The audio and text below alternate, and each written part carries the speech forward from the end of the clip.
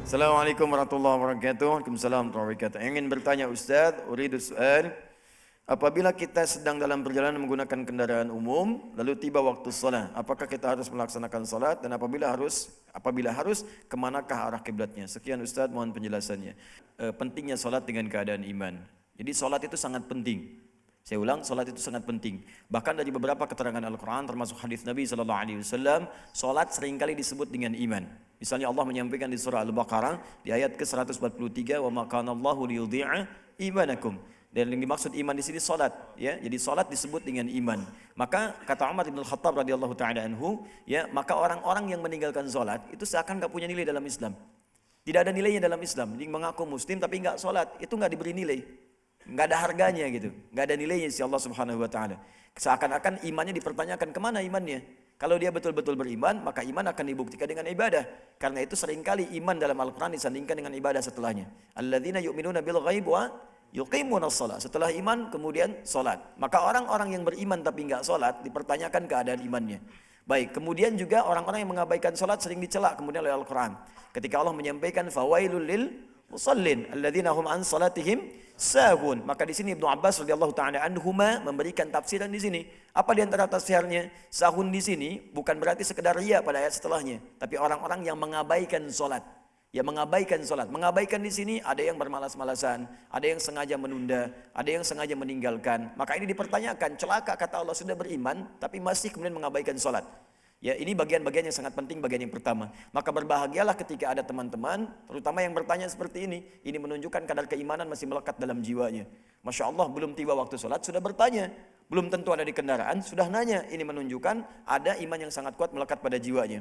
Karena itu beliau tadi menyampaikan, biasakan hati kita itu terkait dengan tempat sholat. Qalbuhu muta'alliqan bil masajid. Ya, hatinya lekat dengan masjid. Masjid di sini yang dimaksudkan bukan perkara tempatnya, karena belum tentu dalam setiap kita sholat bisa di masjid.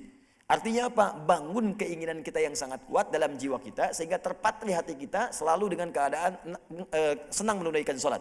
Ya, bukan karena tempatnya, tapi maksudnya keadaan ibadah dalam masjidnya.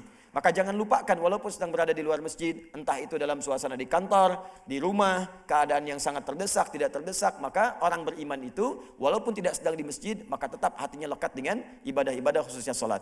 Maka dalam konteks pertanyaan tadi, beliau urutkan dulu ada skala prioritas. Kalau memungkinkan berjamaah, tidak sedang di kendaraan, maka yang pertama berjamaah. Ya, lakukan berjamaah dengan dalil salatul jamaati afdalu min salatil fardi bi 27 darajah. Salat berjamaah lebih utama daripada yang sendirian dengan 27 derajat. Maka di hadis Muslim itu baru masuk masjid dia saja itu sudah mendapatkan 25 pahala. Satu keduanya 500 tahun, dua ketiga 500 tahun, tiga keempat 500 tahun sampai dengan ujungnya. Jadi kalau bisa berjamaah, berjamaah. Kalau tak bisa di masjid, di kantor, berjamaah di kantor. Walaupun dengan teman, misalnya satu orang, syaratnya kan 2 orang. Kalau nggak bisa kemudian keluar rumah karena keadaan tertentu, jamaah di rumah. Ya, ibu pun demikian bu, kalau nggak bisa ke masjid, misalnya keadaan tertentu, ibu kan ada anak, ada asisten rumah tangga, jangan sholat sendirian. Ini kadang-kadang kamar ada 8, sholat masing-masing di tempatnya yang sama-sama. Kenapa tidak kemudian berjamaah di satu tempat, kan pahalanya lebih banyak. Ya, nah kalau tidak memungkinkan itu karena seperti keadaan di kendaraan tadi, muwasalah amma di kendaraan umum, maka perhatikan sifatnya kata beliau. Jika memungkinkan mengetahui arah kiblat, maka kemudian Anda pastikan dulu arah kiblatnya, menghadap dalam takbirnya ke arah kiblatnya, selanjutnya diteruskan sesuai dengan arah kendaraannya. Jika ini memungkinkan dilakukan. Seperti naik pesawat misalnya kan, ingin ke Mesir atau menunaikan umrah atau haji, kan di layar itu Isya dimonitor kan suka ada petunjuk-petunjuknya. Ini arah kiblatnya kesekian ya. Jika ada memungkinkan Anda bisa menghadap, Anda menghadap dulu seperti sunnah Nabi sallallahu alaihi wasallam. Beliau menghadap ke arah kiblatnya dulu, kemudian meneruskan salatnya sesuai dengan arah kendaraannya. Jika memungkinkan. Jika tidak tahu sama sekali, maka Anda bisa menunaikan salat ya sesuai dengan arah kendaraannya, maka berlakulah di sini kemudian surah Al-Baqarah ayat ke-115 paling kiri di pertengahan. Walillahil masyriq wal maghrib fa aina ma tuwallu fa thamma wajhullah. Unzur ila diqqati ayatil Qur'anil Karim. Fa thamma wajhullah.